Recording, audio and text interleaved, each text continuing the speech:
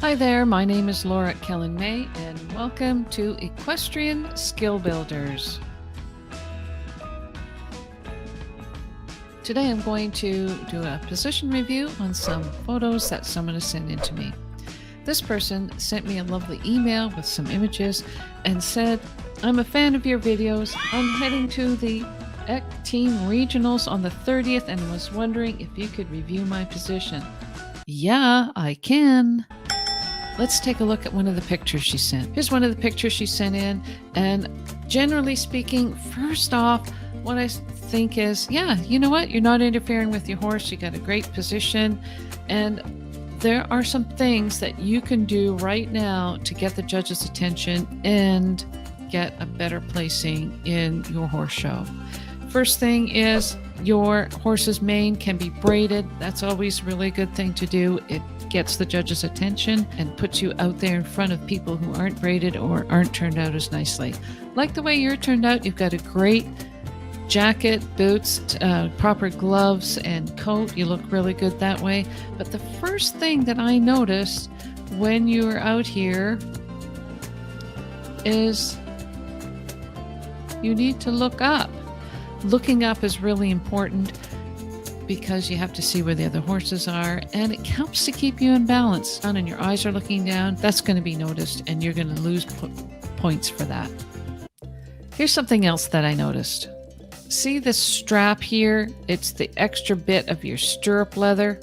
Tuck it underneath your saddle flap so that it doesn't distract the judge. Also, it draws attention to that area, and when you draw attention to that area, this is what the judge is going to see.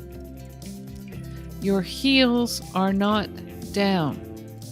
Your heels are up, and the weight is on your toes. You should be having the weight into your heels, right? Not into your toes. I really like the way your back is so straight here. The unfortunate thing, however, is that you're a little bit tipped too far forward, and that's not good. When you're tipped forward slightly like this, you put the weight into your knees, you pinch with your knee, and your lower leg swings back, and the weight comes down into your toes right here. What we'd like to see is we'd like to see you sitting up a little bit more with the weight into your seat and the weight coming down past your seat into your heels this way.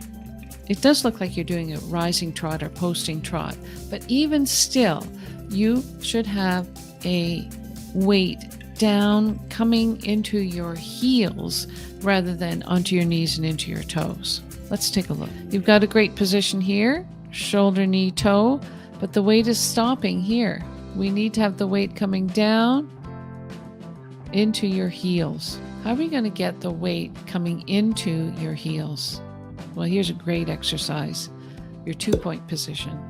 Ride in your 2-point position. Practice at the 2-point, at the halt even. Stand in your stirrups in your 2-point position. Have your hands out like you're an airplane wings.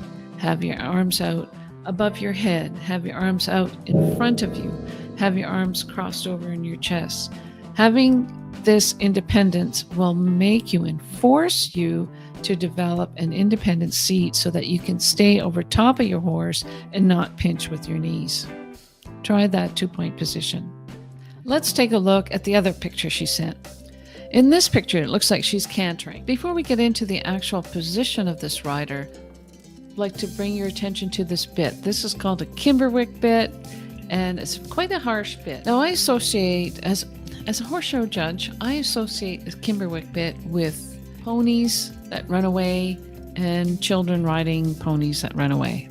So when I see a Kimberwick bit come into the ring on a horse, I'm just wondering how well trained this horse is and how well trained this rider is. So it's a question. And when you question a judge, kind of like the flapping stirrup strap, when there's a question about it, you wonder, why does this horse have a Kimberwick? Does this rider not ride well enough to be able to control this horse, or is this horse a runaway? Now, I get it. If you need the bit, use the bit. But if you don't need the bit, swap it out for something like a D-ring snaffle or a cheek snaffle. The first thing I notice is that your toes are stuck out and you're grabbing the horse but with the back of your legs. Try to think of keeping your toes more forward and use the inside part of your calf to secure and get the horse forward. Think of it as a nice soft hug, and you're hugging the horse with your calves rather than gripping with the back of your legs against the horse's side. The other thing I notice here is your elbows and hands. For me, it looks like you are very much your upper body and you're riding with your shoulders and you're pulling and balancing on the reins by holding with the shoulders rather than relaxing your shoulders and riding more to your core. So think of riding more to your core. Keep your thumbs up, knuckles to the outside, and ride with a soft elbow rather than with the stiff shoulders grasping and gripping with your hands. To help with this, have someone lunge you on a suitable horse, of course, and do exercises with your upper body and arms. It's kind of like the exercises we did at the 2-point to help get your weight down into your ankles. Keeping your upper body separate and relaxed will help get your arms and fingers and forearms in the correct position. If you have any questions about what we talked about today, please send me an email, thistleridge@hotmail.com. Generally speaking, this rider is doing a great job. A few little tweaks by pushing the weight down into her heels and relaxing, riding more to her core, keeping the horse out in front of her should get this rider to be placing a little bit better in her equitation class. If you'd like to have some more information about what you can do to improve your position, please send me an email, thistleridge@hotmail.com. Thanks now. Bye.